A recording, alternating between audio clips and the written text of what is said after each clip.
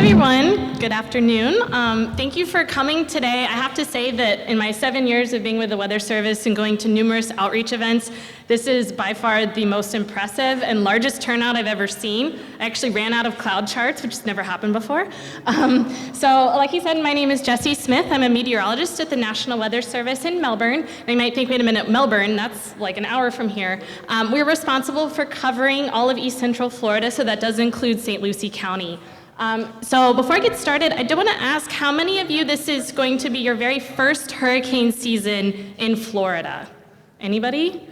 Okay, a couple people, awesome. Well, I think it's fantastic that you guys are here today. You're getting a jump start on preparations for this upcoming season, because I think everybody knows what happened last year with Ian and Nicole impacting our community. So it's no better time than now to look at your preparedness plan and think about what would happen if we had another landfalling storm.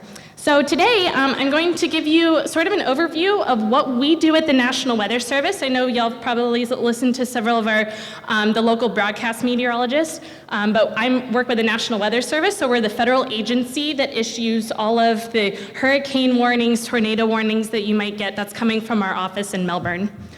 So today we'll go over exactly that, the National Weather Service. We'll talk about the basics of tropical storms and hurricanes. I'll show you some of the products that we have that we issue in our office and sort of explain the science behind them. That way, this upcoming season, you understand exactly what it is you're looking at. And yes, we'll talk about the cone, the scary cone. We'll look at what happened this past year in 2022 and what we're forecasting for this next year in 2023. And then finally, I have a couple of slides just to review some preparedness and safety information. And if at any point you can't hear me because I turn, just let me know. So this is a map of all the different National Weather Service offices that exist across the country. We have 122 local forecast offices. Just like our Melbourne office, there's also one down in Miami, in Tampa, Jacksonville, and Tallahassee. But then also we have several national centers. So you're probably familiar with the National Hurricane Center located in Miami. We have the Storm Prediction Center that does severe weather forecasting in Norman, Oklahoma. We also have the a new office is the National Water Center located in Alabama. So all of that added up, we have 168 units all across the nation, about 4,500 employees, just like myself, and 86% of us are working in those local forecast offices. We issue 1.5 million forecasts each year and 50,000 warnings. So every single tornado warning or severe thunderstorm warning you've received, that's included in that number. So talking just about our weather forecast offices, like I said, we have 122 offices. So this is the map that outlines each office's area of responsibility. So for the Melbourne office, we covered 10 counties in East Central Florida, so St. Lucie County is included, all the way up to Volusia County. Inland, we are responsible for Orlando, and then down south, Martin, and also Okeechobee counties. Each one of our offices has about 20 to 25 employees. Of those about 25 employees, there's 18 of us that are meteorologists. Our office is open 24/7, 365. So we have at least 2 people in our office, all hours of the day, Christmas Day, you name it. There's at least 2 people there. So if you find our phone number and you want to give us a call at 2 a.m., feel free to. As long as it's not active weather, if I answer the phone, I'll be more than happy to talk to you about the weather if you like. But our office is located in Melbourne. We're at the Melbourne airport. So if you've ever driven by, it's kind of hard to find us. We're at a dead-end road. But this is our office here on the left-hand side. So it's not a very big building. People come visit and they say, I thought this was a lot bigger. But again, we only have about 25 people that work in our office. One of our most noteworthy things on our property is our Doppler radar. So a lot of people say, oh, that looks like a water tower. No, that's actually our radar. So if you have whatever your favorite radar app is on your phone, this is where that data is coming from. Inside the radar is a great big satellite dish that's constantly scanning the atmosphere, and that's how we know where storms are setting up. And then inside our office, this is our operations floor. If you can see, We have a lot of computers. So each one of these, we call it a workstation. We can have up to 6 monitors in front of us. One of them is usually just a regular computer, but then we have 3 of the monitors. It's where we pull in all of our weather information. So it's current observations, radar imagery, satellite imagery, computer models, and that's what helps us build our forecasts. So this is some of the stuff that we do every single day in our office. So we're observing and collecting information. So another part of my job is I'm responsible for 21 stations across our area that are called cooperative observing stations. And those observers collect temperature and rainfall data for us every day. So it's my job to also go out in the field and service their equipment. So we're looking at those reports. Again, we look at satellite data. We also have weather balloons that are launched every day, not from our office. They actually do that up at Cape Canaveral since they need them for launches. So instead of us having to do that 2 times a day, they take care of that for us. Then in times of severe weather, we're the people that issue the warnings that you receive on your phone. So if you ever get a tornado warning at 4 a.m., you can just picture me, my smiling face, get out of bed, take shelter from the tornado warning. We are the only agency allowed to issue warnings. So I know we have our local TV meteorologists. They are not allowed to say that they think a storm is severe until we actually issue the warning. And then they're great with relaying the information, staying on TV the entire duration of the storm. You probably also might have a weather radio. If you came to my booth, I had an example of that. So we also maintain those weather radio transmitters, and that's also a great place to receive those warnings. Then we also just issue your generic 7-day forecast. So is it going to rain? How long is the rain going to last? What's this next week going to look like? How hot or how cold is it going to be over the next 7 days? We only do 7 days because that's how far out our models are reliable. So if someone asks me, is it going to be cold on Christmas? I don't know. It's June, so ask me a week before Christmas and I'll be able to tell you. And then finally, the last thing is we provide decision support forecasts for our emergency management partners. We do those for big events. Like one of the biggest events we do is the Daytona 500. We send them forecasts for out 2 weeks before the race, and then often we have a meteorologist deployed on site as well to give weather safety information. So, hey, heads up, we have a severe thunderstorm that's headed towards the speedway where you have 150,000 people watching the race. We also send out forecasts for big weather events. So like this morning, we sent out a forecast for the heavy rainfall that we're expecting over the next couple of days. We also send them 4 times a day during hurricanes as well. So just stay in constant contact with our emergency management partners, those that are making public safety decisions. So these are just a few, I say a few, but there's a lot on the screen, the different products that we issue. Several of them you're probably familiar with, like tornado warnings, severe thunderstorm warnings, flash flood warnings. Some of this stuff we issue less frequently, or if you're a mariner, you go out in your boat out in the ocean, we might have a small craft advisory in effect. Tropical storm, hurricane, storm surge warnings, those are all initiated through the National Hurricane Center, but we sort of are the entity that locally will send them out for all of you. So all of these warnings, this is one of our meteorologists interrogating radar, so you can see that on his one of his many screens there. So he's going to decide if he needs to send out a warning or not, and if he does, it's going to go across weather radio, and then it also will go across, if you have your favorite TV station that you like to watch, they'll receive that. It'll also go across your wireless emergency alerts on your phone, which we're going to talk about that because I know there was an incident a couple of months ago that everybody got woken up at 5 a.m. That was not us, so don't point the fingers at me, but we'll talk a little bit about those wireless emergency alerts. But first, let's go over the tropical storm and hurricane basics. So the umbrella term we like to use is tropical cyclones.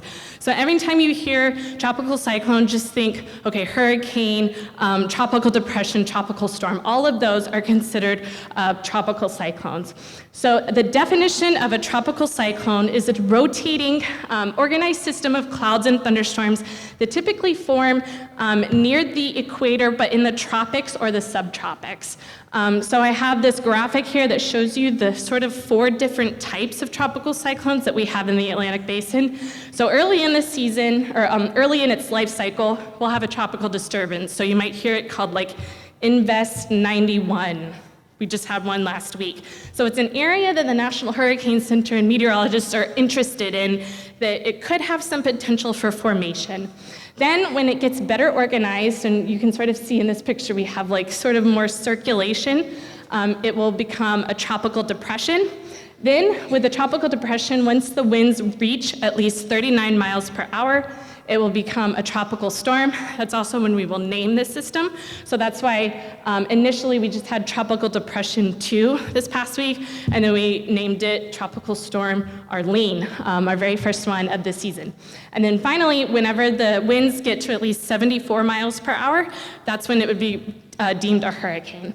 And you're probably familiar too with this wind scale here, and I'll go into detail about that in just a second.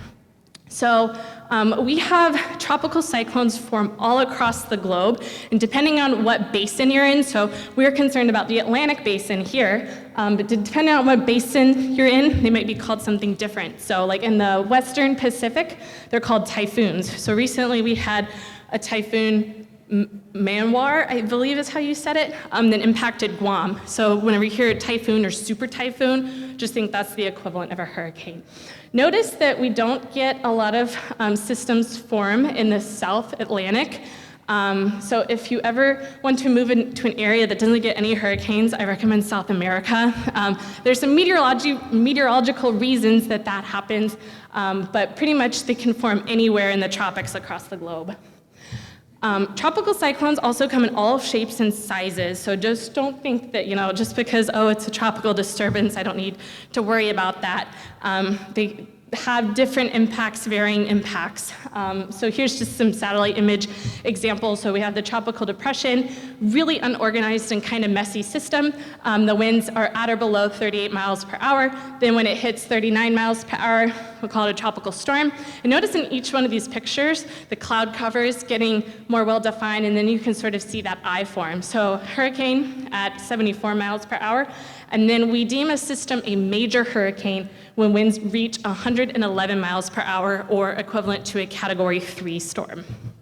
So here is that Saffir-Simpson wind scale. So this is a really important point, because when we talk about a storm's category, we are only talking about the winds. We're not talking about how high the storm surge is going to be. We're not talking about how much rain we're going to receive. And we're not going to talk about the tornadoes. It is strictly based on winds.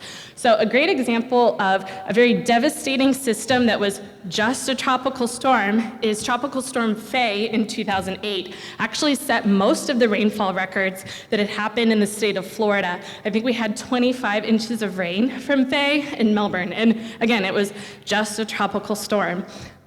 So this is the wind scale, again, strictly based on wind. So Category 1 all the way up to Category 5.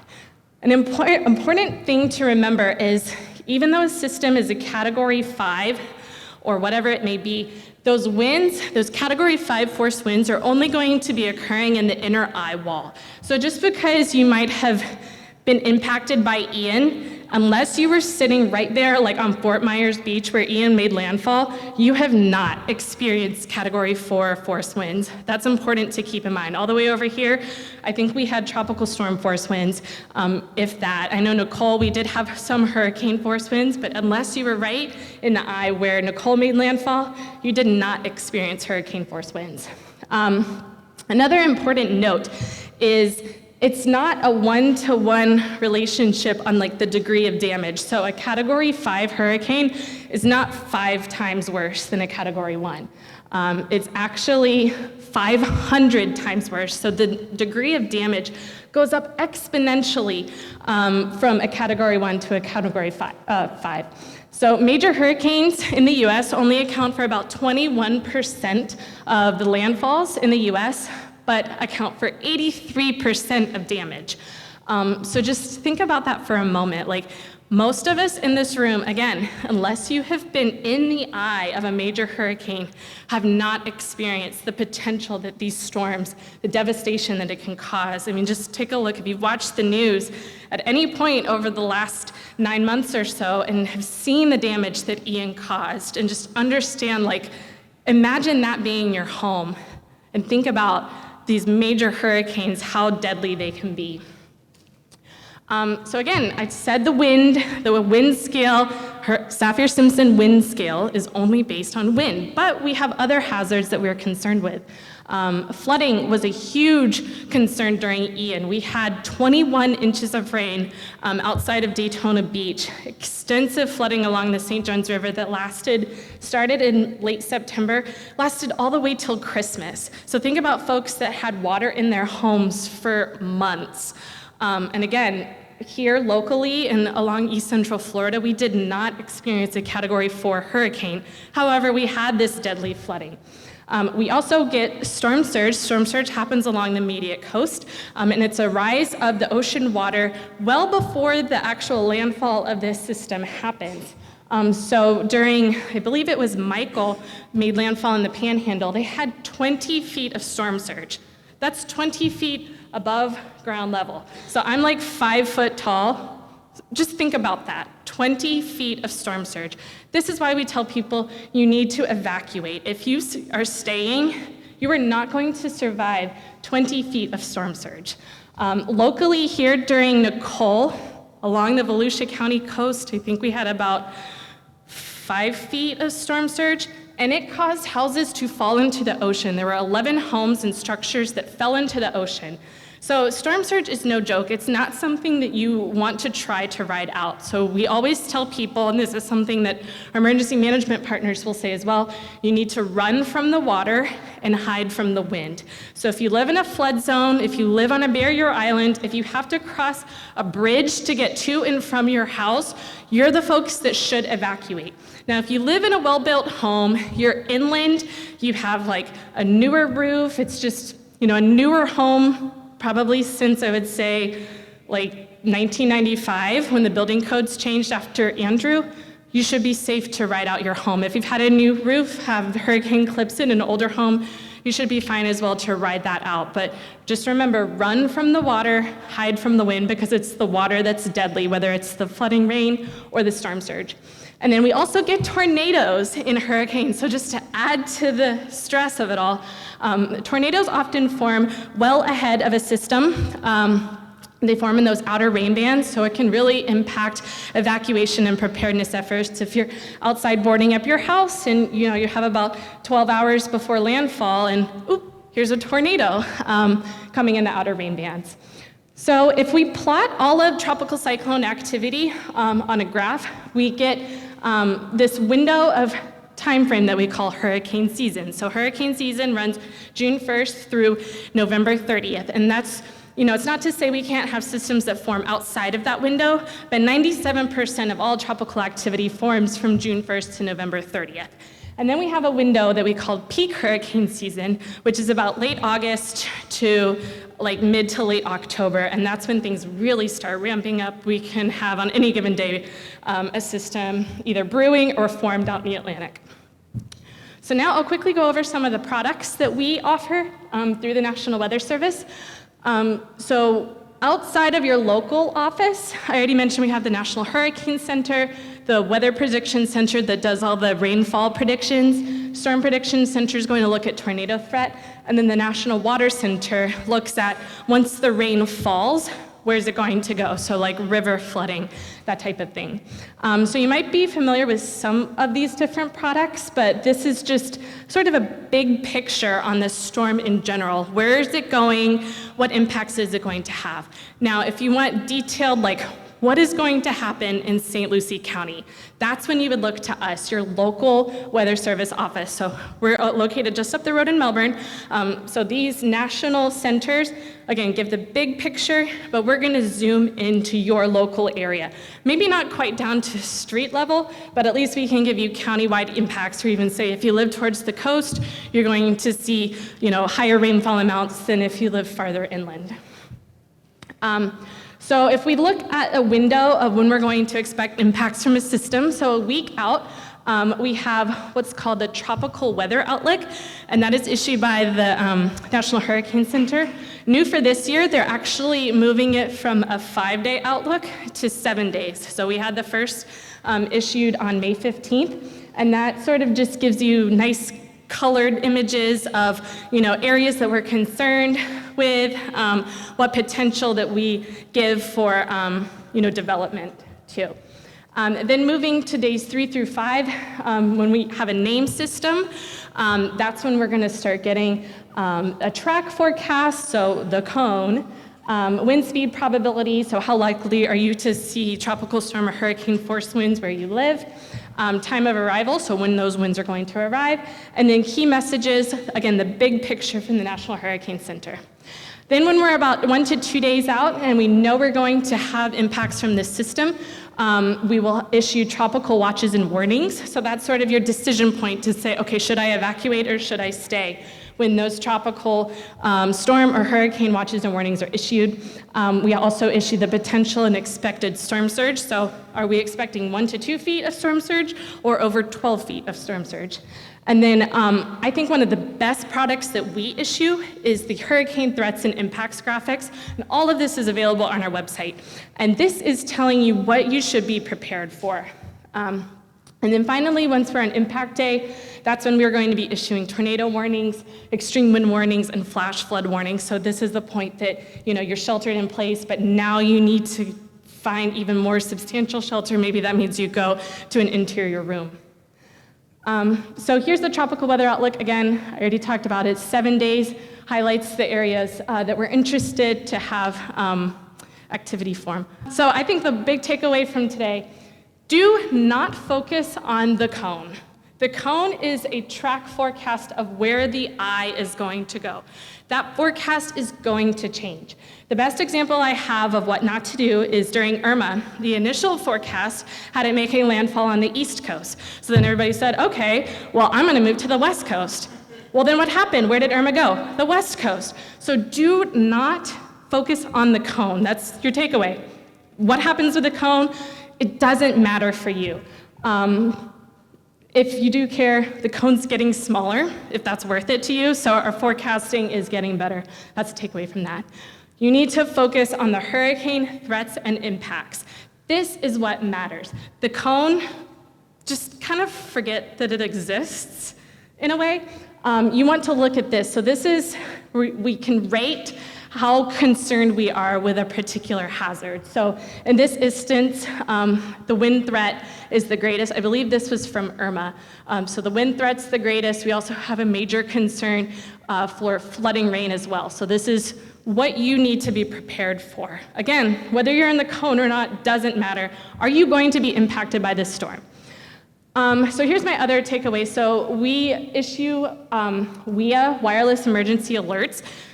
Some of you who got woken up like a couple months ago at 4 a.m., how many of you turned off your alerts? Before you leave today, you need to turn those back on, because if we issue any type of severe weather warning and you have those alerts turned off, you are not going to receive them. So it was a very unfortunate thing that happened, that the state issued this test that went out as a live event, but you need to turn those on. I think that's probably one of the most important things you can do today, is if you turn them off, please turn them back on. So 2022, we're gonna kind of go through this quickly. We know what happened. We were impacted by potential Tropical Cyclone 1, which ended up being Tropical Storm Alex. We had major Hurricane Ian, and then a record-setting Hurricane Nicole, which was the first November landfall in Florida since the 80s. So this was just some of the rainfall from Alex. You guys probably forgot that we even had Alex because Ian and Nicole took the spotlight. Hurricane Ian made landfall as a Category 4 hurricane along the Fort Myers coast. Locally here, we had tropical storm warnings in effect. We had occasional hurricane force winds, but the big story for us for Ian was record rainfall. So here's the map of the rainfall that we had. Down here, we had about 8 inches of rain, farther north up to 20 inches of rain. And then this was some of the wind speeds that we recorded. Very briefly, this is just to say, regardless, I already mentioned about Tropical Storm Faye, regardless if it's a tropical storm or hurricane, flooding rain can be impactful, and that has a lot to do with how fast the system is moving. So during Faye, the maximum was 27.65 inches, and it was just a tropical storm. Hurricane Ian, our max was 21.09 inches, Category 4 system. So, don't think about like, oh, if it's just a Category 1, it's not a big deal, but it can be concerning rainfall. So Nicole was our last system that we had last year. It's one of only 3 hurricanes to make landfall in Florida during the month of November. The last was Kate in 1985. This was a big event along the coast. This is when we had 11 structures in Volusia County fell into the ocean, and they are still dealing with impacts from that. So here was the rainfall and the winds from Nicole as well. So probably what everybody's interested in that you're here today is what's going to happen this year. Well, unfortunately, I can't exactly tell you what's going to happen. But the 2 driving factors of a seasonal forecast is El Nino and La Nina. So how many of you have heard those terms, El Nino and La Nina? Okay, a lot of people have. So typically during La Nina, we see a more active Atlantic hurricane season. So the last 3 years, we have been in La Nina. We are expecting El Nino to form this year. So typically that suppresses the Atlantic season. However, one of the important factors for hurricane formation is how warm the ocean temperatures are. And this was taken mid-May, and we already have well above normal sea surface temperatures ongoing in the Atlantic. So even though we're going into a period of El Nino, which typically causes us to have fewer hurricanes, the ocean is very, very warm. So that's why it's going to be a complicated forecast. So this is what NHC just released a couple of weeks ago, their official hurricane season forecast. About a 40% chance of a near normal season. So we're expecting 12 to 17 named storms, 5 to 9 hurricanes, and 1 to 4 major hurricanes. Now, this is just how much is going to form in the Atlantic. This is not talking about how many systems are going to make landfall. So here's the names for this year. If your name's on here, cool. If it's not, the World Meteorological Organization is who sets the names, so I have no influence on that. Talking about the forecast, so just because we're going to have a near normal or below normal season, it doesn't matter. 1992 was one of the least active hurricane seasons on record. What was the first named system of the year? Andrew. What happened in Andrew? So again, it only takes one. So here's some hurricane prep tips that you should be doing right now. I don't know why that one was delayed. So determine your risks. Do you live in a flood zone? How old is your roof? Do you have a giant oak tree that is on top of your house right now? Do you have plywood, or do you have storm shutters that you can put up? Do you maybe need help doing that? Do you have someone that can help you? Maybe start getting your disaster kit ready. If you came to my booth, I have an example of one to give you an idea of what you want to have in your kit. And then have a written plan, know what you're going to do. Think about the hazards. If you have a power outage, you see power lines on the ground, don't drive or walk over them. If you have a generator, do not run it in your garage. A lot of our deaths after storms are from carbon monoxide poisoning. So that's really important. And I think one of the most important things too is do not try to ride the storm out by yourself. Have someone that you could go to their house, a family, a friend, neighbor, and if you know someone that does live alone, check in on them and invite them to your house. So with that, I know I kind of flew through it. I didn't want to eat up everybody's time, so I can take some questions, or you can also feel free to email me as well, and I'll still be here through the afternoon.